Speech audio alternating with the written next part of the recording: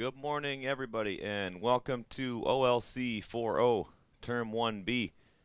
Today is January 23rd, 2023, and this is class number 33. So, 33 of 36 classes. So, we are getting very close to our final broadcast this coming Thursday.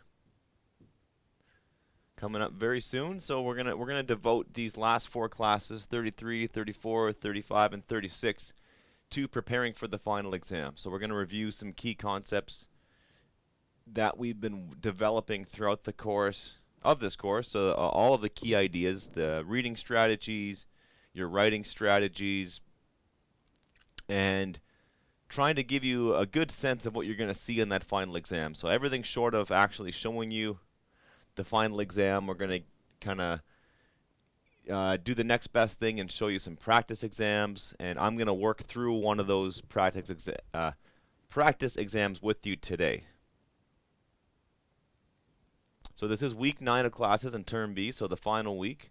The final broadcast or class is Thursday, January 26, 2023. We have wrapped up all 4 units, and we are now working on the final exam / culminating activity. So the final exam and the culminating activity cover the same material. The questions are different, but they're testing the same skills. And you'll write a final exam if one can be arranged in your community. And if a final exam can't be arranged, and by arranged I mean have somebody proctor or invigilate it, which just means they're in the room with you, then we have to send you a culminating activity, which you'll have a few days to work on and then hand back to your DEC or your teacher, right? So, even though we're wrapping this course up, just please be aware that WASA after this week will have an admin week in which there's no broadcast, and then all the teachers and staff are preparing for the next week. So Term 2A is going to start in February. So just be aware that if you're registered either as an independent learner or you're registered in one of the terms, you can participate in these courses live. You can listen to the broadcast live and phone in with questions and ask a question and participate as you would do like in a classroom setting. So the ways to do that for this course are up on the screen. Other courses will have different details. Keep watching those videos on YouTube and search for me on Laverty Wasa. You will see after today you'll see a new playlist called Final Exam. And we'll have 4 classes in that playlist. Now this contact information works the same way for the final exam, and if you do a culminating activity, you'll follow the same protocol for getting that activity back. If you write a final exam, it'll be different because whoever does the final exam for you, they'll be responsible for giving it to me, and then I'll mark it and get it back to you. And if you need to get in touch with me, my contact information is on the screen. If you're watching on YouTube, you can pause that. Email, Facebook Messenger, phone, all this information is in your study guide and can be found by talking to your local DEC, phoning the WASA office in Sulikout, and just reach out to anybody involved with WASA and we will get that information to you. 9 to 3, Monday to Friday is the best time to contact me. And here's where you should be for now. You should have read all pages of units 1 through 4, so you should have read all those units. And this is when, this is after 8 weeks. So after 8 weeks of devoting your time and energy to this course, that's where you should be. You should have completed assignments 1 through 41 and be making a plan for completing assignments 42, 43, and your literacy portfolio, the final activity before you submit, before you complete your final exam. So any questions about the assignments, just get in touch with me. That's my job. I'm here to help, so let me know. So we're going to look at some images and words of the day. look at a headline before we review practice final exam. So I'm going to show you a great website where you can pull up actual literacy tests. So when you go to that website, what you're doing is you're actually pulling up the the Ontario literacy test, which to graduate high school you have to either have OLC4O or take the literacy test. And the literacy test and the final exam are very, very similar. So our learning goals for today are to learn about strategies and mindsets to use when taking an exam. So I'm going to talk a little bit about that, how to kind of get yourself ready to take an exam, either studying before or in the minutes before you start writing the first question down.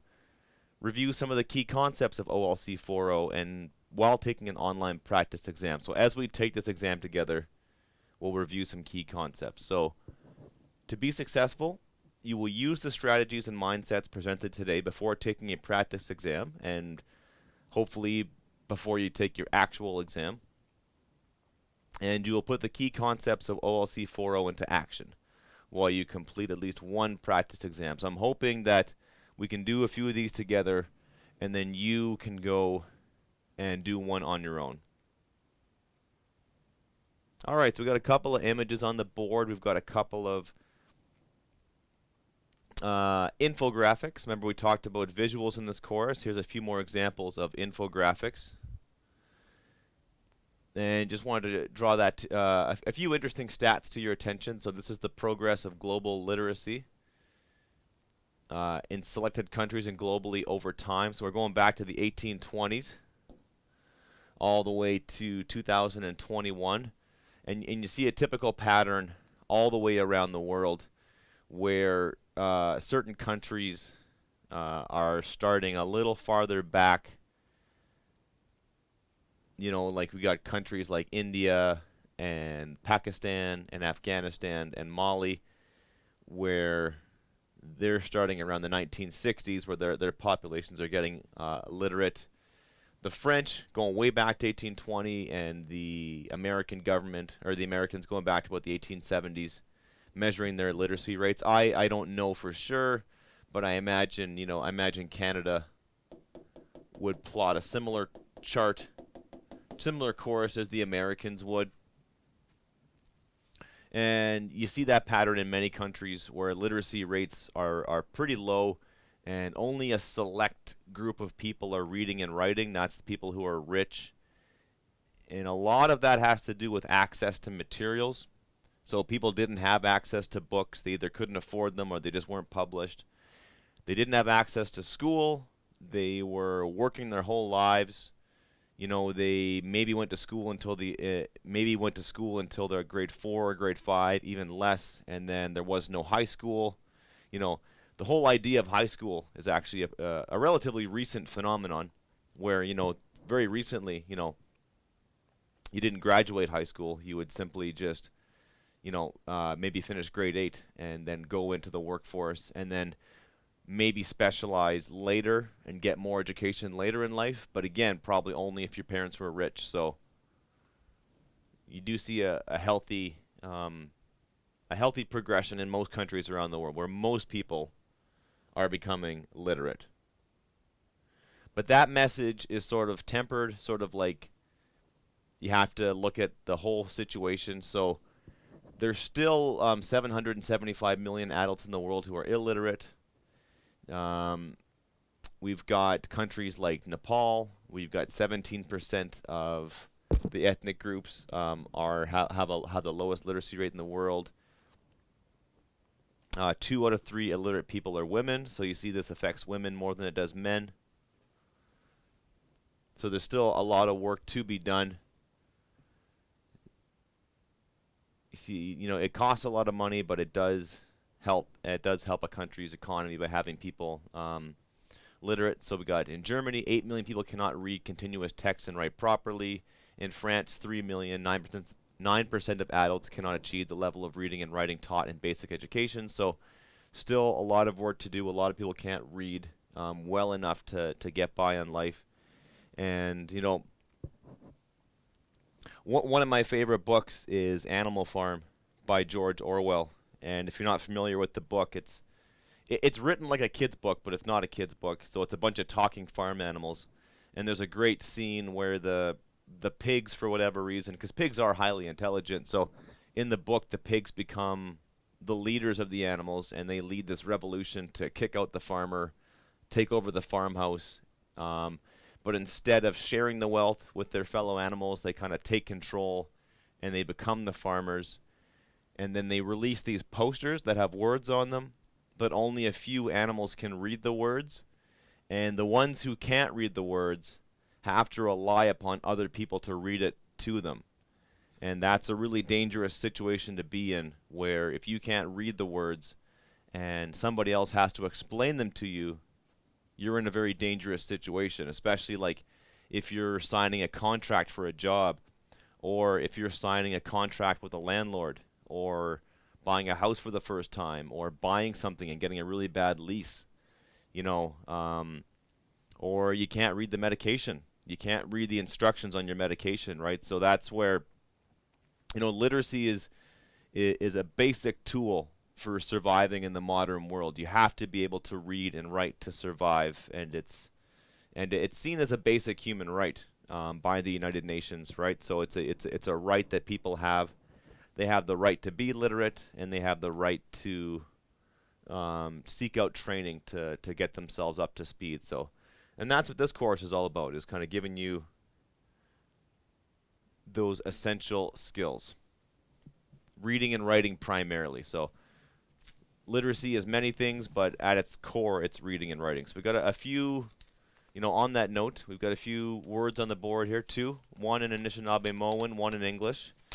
So the Anishinaabe-Moan word is gagwe jitun, which is a verb, which means to try or to test it.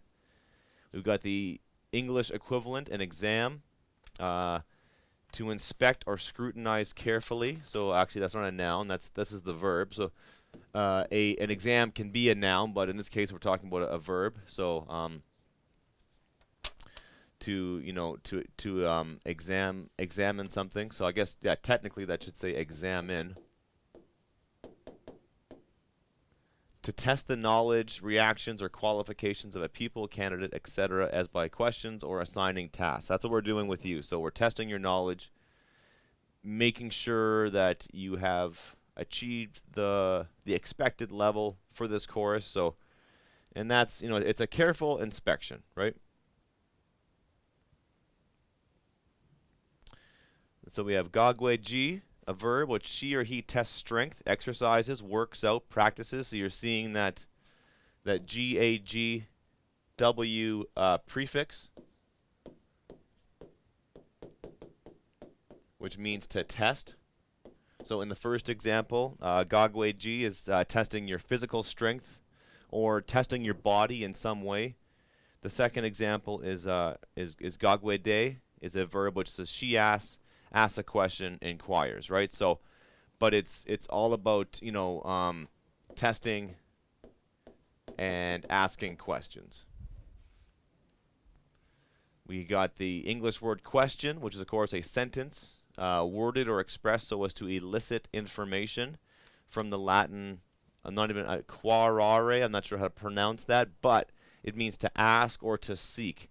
And then you see the word quest is right there in the word, right? So a question is it's to do, because when people go on a quest, they're seeking, they're trying to get information. So that's the root of the word. When you ask a question, you're trying to get information, right? And then answer, a thing that is said, written, or done as a reaction to a question, statement, or situation. From the Old English, answarian, which is to swear, right? So and swear is how I always said that word in my mind as a little boy, so I knew how to spell the word answer, and swear. But it does literally mean to swear. And of course, not to cuss or to say a word you're not supposed to say. Swear in the sense that, someone has asked you a question, or someone has put you up to the test, and then, by swearing, you answer the call, or, you swear to protect someone, or you swear to to do something for somebody else. And or when you swear in, right? Example, it just means you answer the call. You say you're going to do something. So here's our article of the day. So you may have seen articles about this on your Facebook feed, heard about it in the news. It's quite the story. So how ChatGPT and other AI tools could change the way students learn. So while AI programs raise concerns around cheating, they're also an opportunity for educators to better prepare students to use the tools available to them in society, says Earl Woodruff, chair of the Ontario Institute for Studies in Education at the University of Toronto. So basically, this ChatGPT is software, and you just feed it information, and you can say, write me a paragraph about this, write me a paragraph about that, and it generates a bunch of automated text. So it's definitely changing the way people read and the way people write. So a discussion about literacy in the year 2023 has certainly got to include something like this. And I think something like this certainly has its uses, but the whole point of a course like OLC4O is that you become a better reader and a better writer, and you understand your life, and it's not that much different from cheating or plagiarizing, just getting someone to do your work for you. So I think those kind of things never go away, but you sort of have to ask yourself why you're doing something, and then hopefully you're taking a course like that to improve your skills and to move ahead in life, and to to get a job, get a career that you want, to make your life better. And that's just simply not going to happen if you sort of let somebody else do it for you. And that kind of goes back to what we talked about on Thursday, right? Just technology is great, but if you let it do all the thinking for you, I think there's a real danger there, and you kind of lose a bit of your humanity. So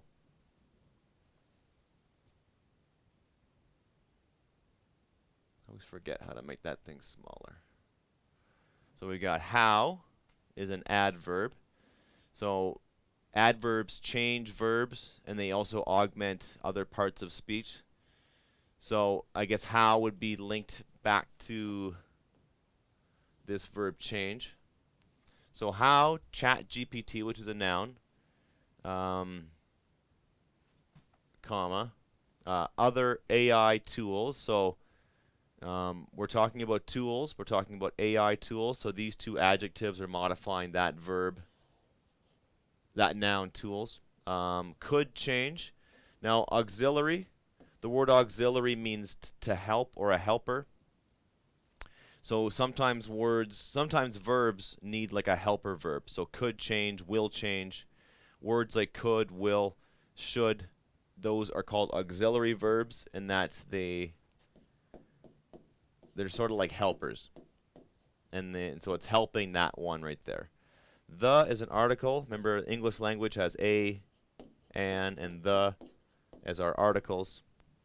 And the way students learn. So there we go. There we got our parts of speech. So you should have those down pat by the time this course is done. Here's the article itself. We'll just kind of break it down. Experts say artificial intelligence programs such as ChatGPT could usher in a new method of educational assessment and curriculum that test creativity, though students will also have to develop literacy for the technology's limitations and biases. There we go. We've got the additional information contained in commas, right?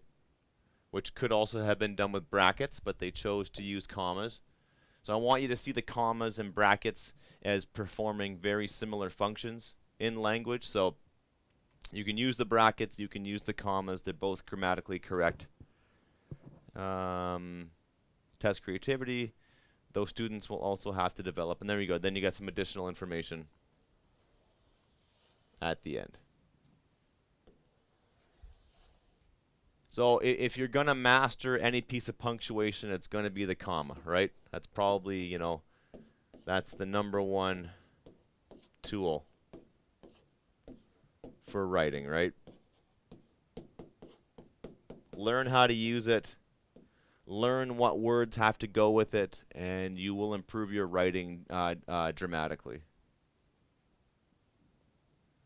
So ChatGPT is an AI chatbot that has caught the interest of people worldwide for its ability to construct succinct, which means very short, informative answers to even subjective or complicated questions in plain language. The program comes up with thoughtful answers in seconds for such questions as, was Romeo and Juliet a good play? Or who was the most important Canadian Prime Minister? So, and this brings up a good example where there's lots of talk in education about the website Wikipedia, and some teachers you'll talk to say never use Wikipedia, it's not reliable, go to a better source. But I always told my students that Wikipedia is a great source, and it can be edited, and some of the stuff you see in there might not be accurate, but they've done lots of studies, and they found that Wikipedia was about as accurate as an encyclopedia. There wasn't much difference when you look at them.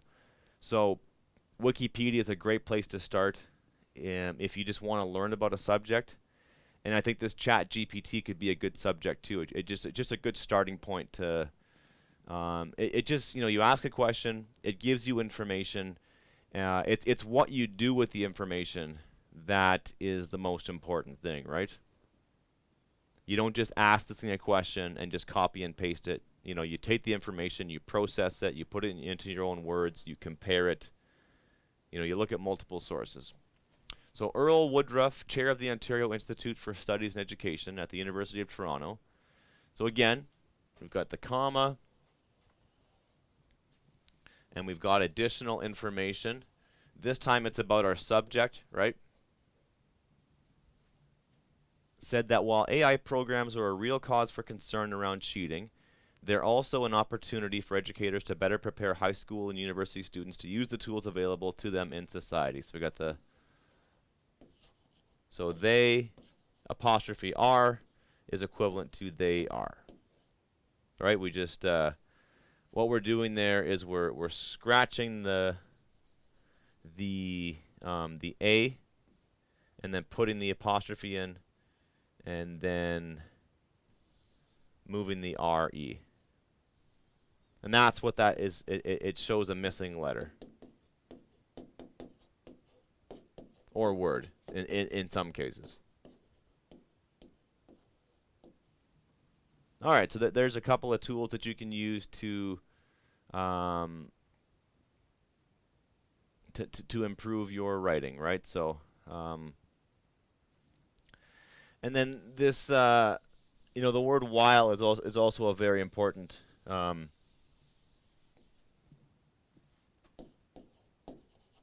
Any kind of writing, you're doing compare and contrast. And then you use words like while and although.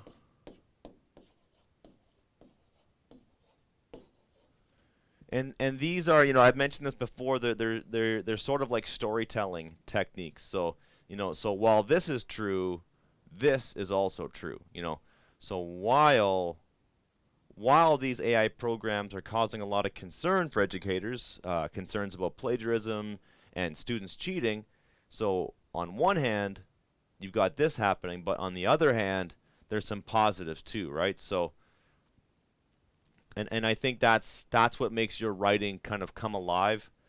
When you're writing, if you can show contrast, and if you can show comparisons and talk about how things are different, how they're the same, right? So if you're writing a journal entry about your childhood, you can compare and contrast.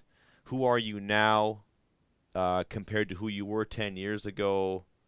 If you're, contrasting life in Canada versus life in India, that's a good comparison, a good contrast, right? So it just makes things interesting, right? Conflict, right? Conflict makes things interesting, right? Different people want different things, and there's always kind of always conflict, and it's not always just negative, right? Sometimes conflict can be positive too, right? Just people just want different things and they just resolve them, right? But That's how you make your writing come alive, by doing comparisons, by contrasting things, and by using details, and by being specific. These are how we make our writing come alive.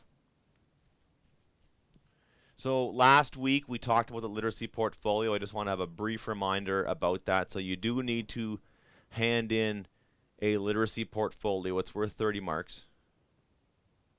And it's also worth, well, it's graded out of 30 marks, but it's 10% of your final grade.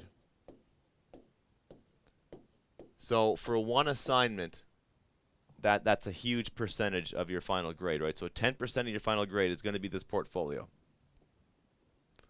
And so the portfolio is not all of your activities in this course. It's just a select sample of assignments. So, and then what you do is you put them all into. So option 1, you're putting it into a physical. It's a physical collection,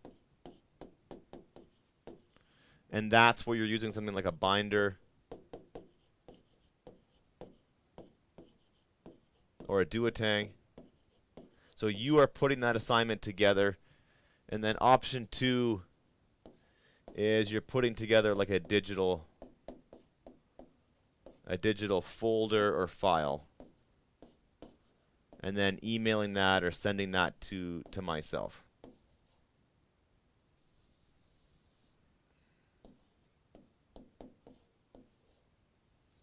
Maybe we could maybe I don't have the resources for it today, but maybe tomorrow I could do that. So, or that's something you could go to your learning center and talk to your DEC about, how to combine PDFs or create a folder, or one option actually might be, I have a few students who are doing this. They have like a Google Drive. You could create a folder in Google Drive and then share that with me. So in either case, whether it's a physical version or a digital file or folder, you're still selecting the pieces, putting them in the right order, right? So you still have to do that. And then that's the list of all of the assignments you have to put in. Now, Lesson 19, Anthology of Best Works, that is assignment 43. That's this one right here. That's your anthology of best works. And this one is edited twice. The first time when you go from your rough to your final copy, and then I guess just to avoid confusion, this is your edited / revised final copy. So you hand in assignment 43 to your teacher, and then you get it back with some feedback, and then you take that feedback and you make that assignment even better. And then once you've done that, it becomes the first part of your portfolio. It sort of leads the charge. It's the first one. And then you got a series of paragraphs expressing an opinion. Your paragraph, this is about the Got Milk ad campaign. So, and on and on and on. You got your journal entry, opinion pieces, news report. So these are the assignments you have to include, and the order in which you have to include them. This is in your study guide. This is also found in Unit 4. Well, information about the literacy portfolio is in the study guide, but the checklist on what you have to include is like the last few pages of Unit 4.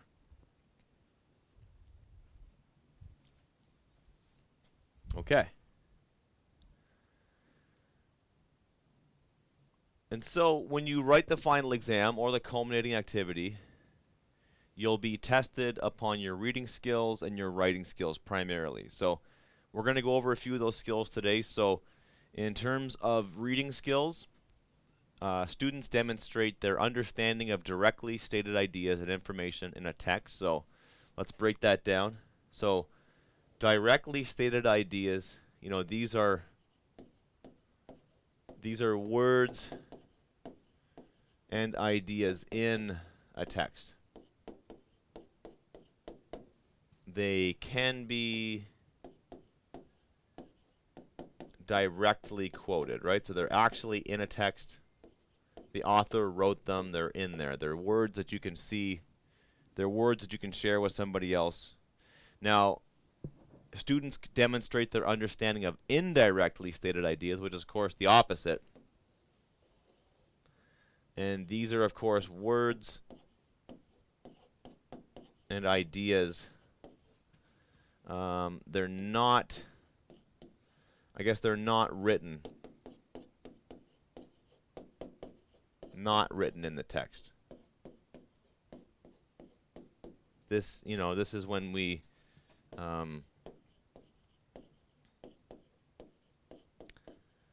this is called read between the lines, right?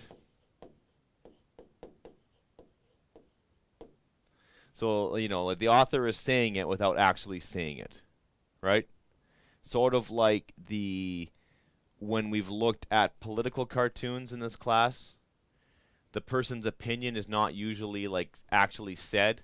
Like this cartoon is about this. And it's sort of like, like telling a joke. The explanation for why the joke is funny is not in the joke, but it's there, right? It's like there's a meaning there, but you have to sort of like unpack it. So the words and the ideas are not written in the text, but they are implied or hidden. So indirectly information, you have to extract it. You have to do some work. Directly stated, like it's there, it's easy to see, it's right in the text, but the indirectly is what you have to do. That's the work that you have to pull out.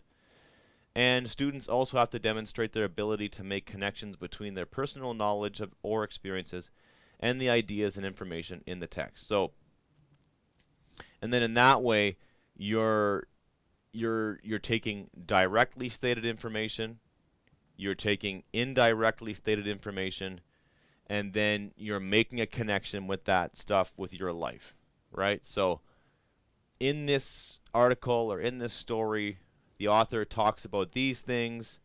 I think what they're really getting at is this. This is the most important lesson of the story, and this is how that story relates to my life and things that have happened to me.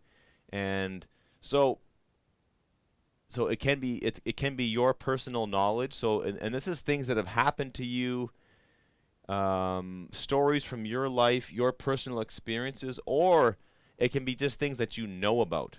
So other texts that you know about, right? So if you're reading a story about immigration, you may have known an immigrant family, or maybe you watched the documentary on YouTube or Netflix about immigrants coming to Canada, right? Or you watched a movie about immigrants coming to Canada, right? Or the US, right? So it's just making connections. No piece of writing exists by itself. It's always kind of related to other pieces of writing. Okay, so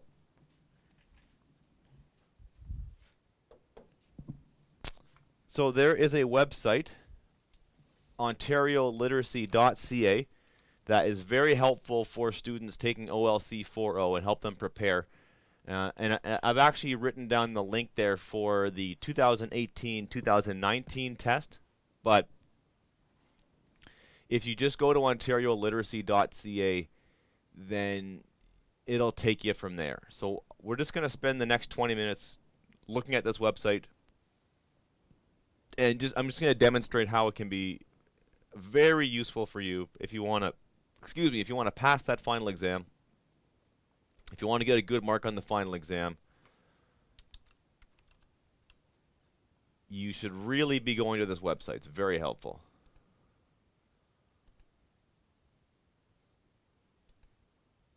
Okay.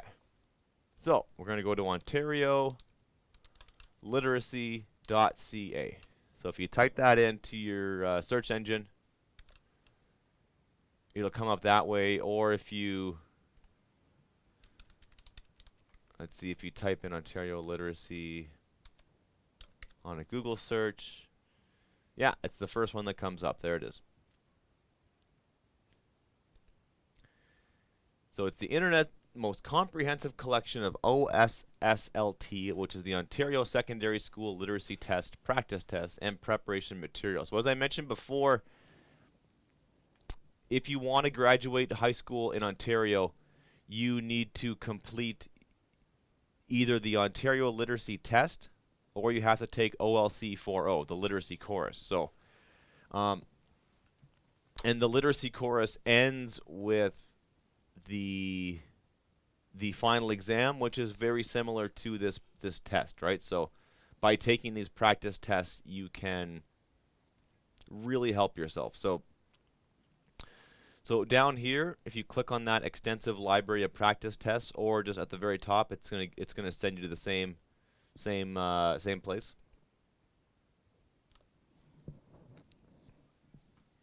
So here we go. So what happens is the Ontario Ministry of Education, after a couple of years have gone by, they will release these tests into the public, and websites like Ontario.ca can collect them. So today's class, I'm going to click on 2018, 2019, and so what happens is once you've clicked on that 2018, 2019, now I'm right into the test itself. So if I scroll down here, I have the questions I have to answer. So I've got reading, writing. So I've got a lot of questions I can answer, and then just kind of see what grade I get on it.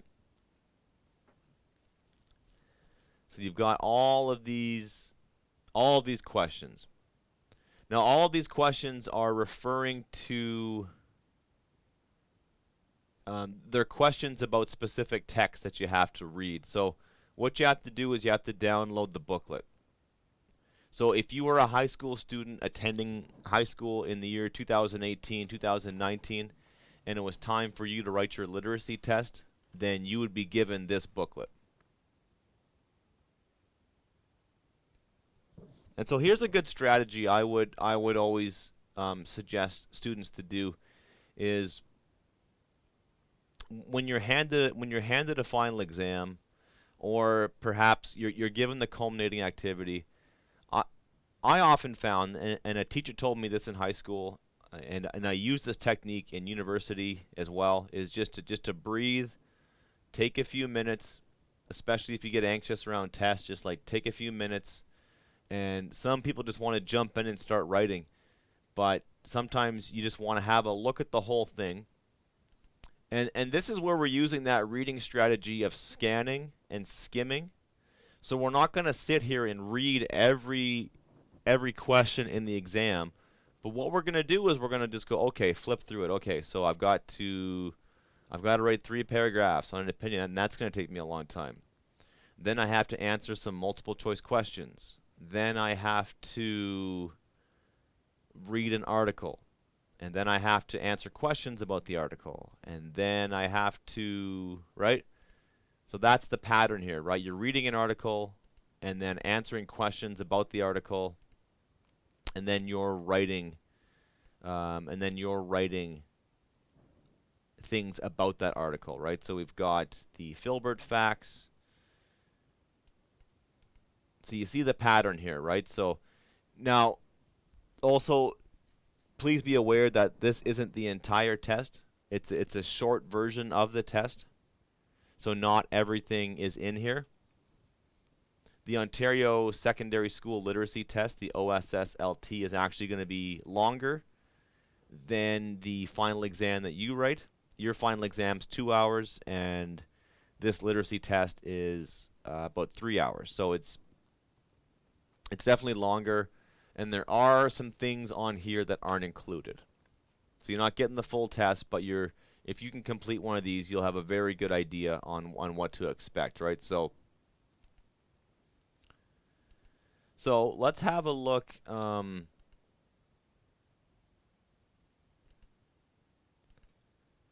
So with this test, you have to write a series of paragraphs. So write a minimum of 3 paragraphs expressing an opinion on the topic below. Develop your main idea with supporting details, proof, facts, examples, etc. Audience: an adult who is interested in your opinion. Length: the line space provided in the answer booklet for your written work indicates the approximate length of the writing expected. So, do people depend too much on technology? All right, so for this one, you're not reading somebody else's works. It's just your opinion on this subject. And so, but you have to use proof, facts, examples. So you would have to write a minimum of 3 paragraphs expressing an opinion on the topic below. And so, if you get a question like that on the exam, either for this course or any course, I would definitely keep in mind, the 5-step writing process. You should use it, right, for all your assignments, all of your final exam questions. So plan it and write it, and then revise, edit, and publish, right? So of course the 5-step writing process is going to be done a lot differently when you're in an exam setting and the clock is running and you only have so much time. So, but I really think you have to fight the urge to just start writing. I think you should take 5 minutes and at least spend 5 minutes on the planning process, and try to, and try to just either in the margins, like, paragraph 1, paragraph 2, paragraph 3, and then maybe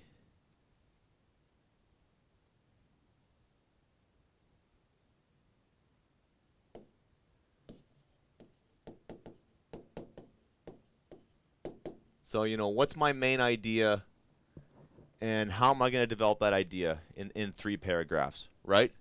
So you have to take you have to take a stance, and share your opinion,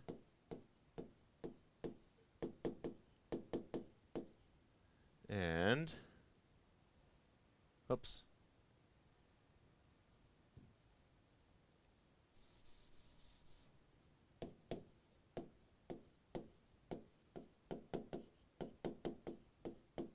Right? So share a specific opinion.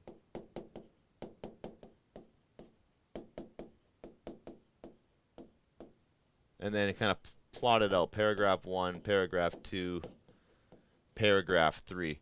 So if at the very least, I would suggest you do that. The whole idea of people depending too much on technology is huge, right? So that's another thing you should do is you have to do you agree or disagree, right?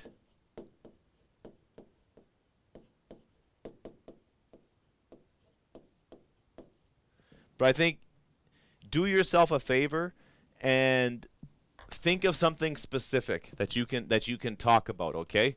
Technology is way too big of a topic to talk about intelligently in 3 paragraphs. It just simply can't be done. Pick a specific example, like Twitter or Facebook, or pick a specific use of technology, an app or phones or a program, or like binge watching Netflix or something, right? Just find something specific that you can talk about. And then when you find something specific, it's a lot easier to write about, right? So do yourself a favor And we talked about this last week. Give yourself a writing prompt, okay? Now for this next one, you have multiple choice questions. And so, what sentence does not belong in the following paragraph? Include mosquito prevention when planning outdoor summer fun. Remove standing water where mosquitoes can breed. Plant citronella and rosemary. Wear pants and long sleeves. Black flies can be an even bigger nuisance, and taking these steps will keep these pesky bugs from ruining your fun.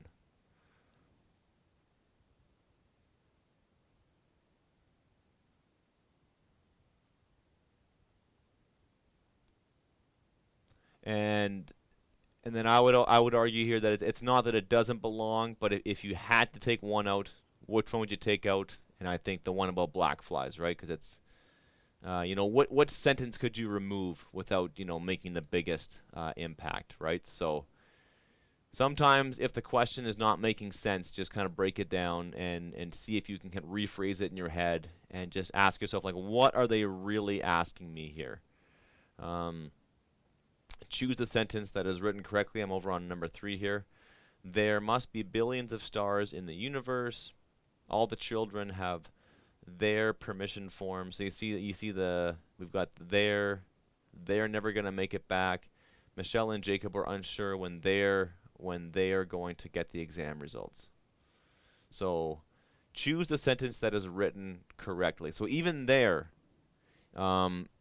when I read that sentence in my mind, I'm looking for the one that's written incorrectly, right?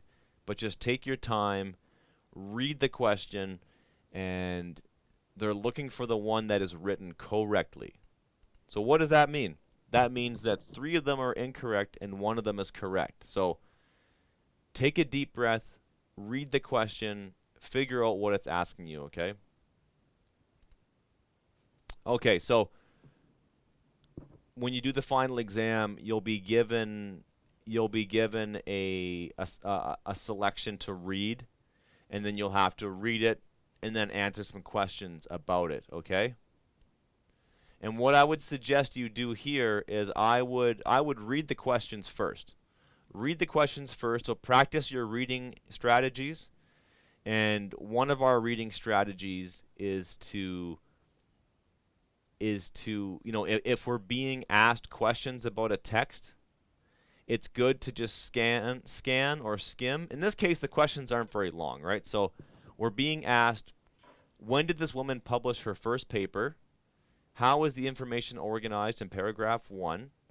Why is there a need for new anti-malarial product? Which statement is one of McAlpine's hypotheses? So hypotheses just means her guess. Which one of these statements is hers? Which paragraph best describes how mustard oil might help treat malaria? And what does it mean that McAlpine's experiments have shown promise? So what does it mean if we say that her experiments have shown promise? So we have 6 questions. We have 9 questions about this. If you were going to write a summary about the whole piece of writing, which one of these 4 statements would be the best? Which statement is accurate? Plasmodium. So what is plasmodium? I don't know. But if you read the article, you're going to find out. What is the function of the dashes in paragraph 6, right? So take number 7, for example. What statement is accurate? And then if you just simply scan the word, and then they've actually put plasmodium in italics, right? So it's used there. Let's see if it's actually used up above, right? Okay, so in the 1990s, scientists discovered that a parasite causing malaria, a species called plasmodium, actually has plant genes because it evolved hundreds of millions of years ago in ancient lake algae. So if we go back down here, I can see that Plasmodium is it a plant gene, so it's not a herbicide, it's not a drug. It is a species of parasite that causes malaria, right?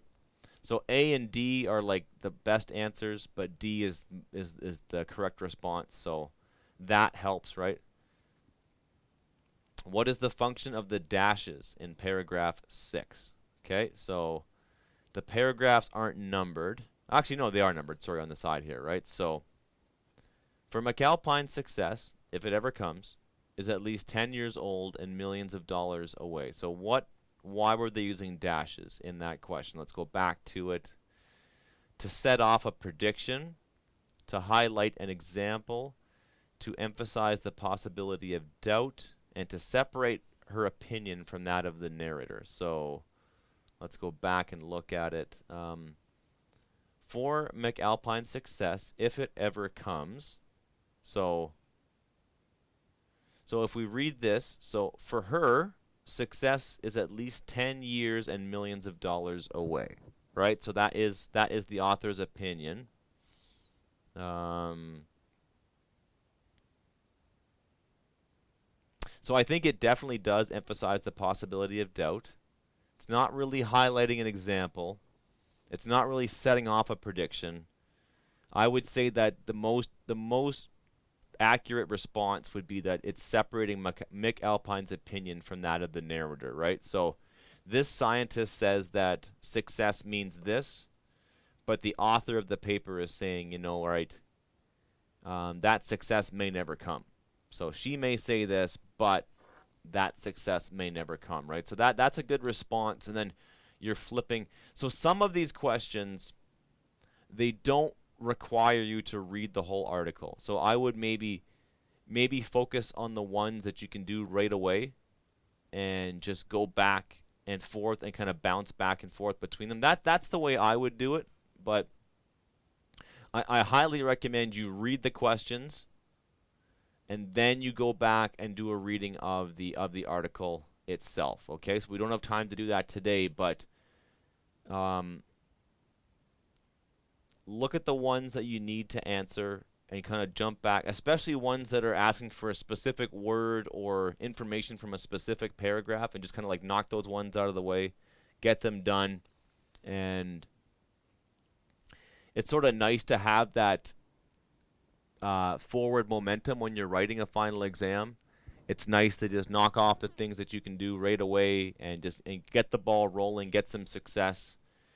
And then sometimes, like, if you're struggling with a question, you might want to put it down and just go to a different one and then answer that one. Okay, I got that one down, go to the next one. So, you know, don't be afraid to kind of to jump around and to bounce back and forth. I would suggest that you stay with this. I wouldn't necessarily go to a different question or part of the exam altogether. I would stay on this question and I would complete it to the best of my knowledge, and then I would go on to the next section. So I would stay on this reading section. I would stay on mustard oil versus malaria, and I would finish it to the best of my knowledge, and then I would go back if I had time, right? So I would keep on moving to the next question, right? And if your final exam tells you how many marks something is worth, then you can kind of gauge that and know how long you should spend on it, right? So if there's 4 parts of the final exam and you've been given 2 hours to write it, and each section is given the same amount of grade, like it's 20 marks for each section, for example, then you should spend your time evenly and spend about a half an hour on each section. So pace yourself, spread the time out. Don't rush things.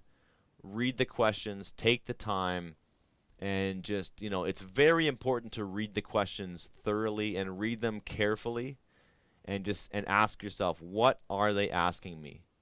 Because sometimes you'll make a really easy mistake. You'll do the work, you'll do the thinking, but you'll read the question wrong. So it happens all the time. So we'll come back tomorrow and we'll finish off this practice exam.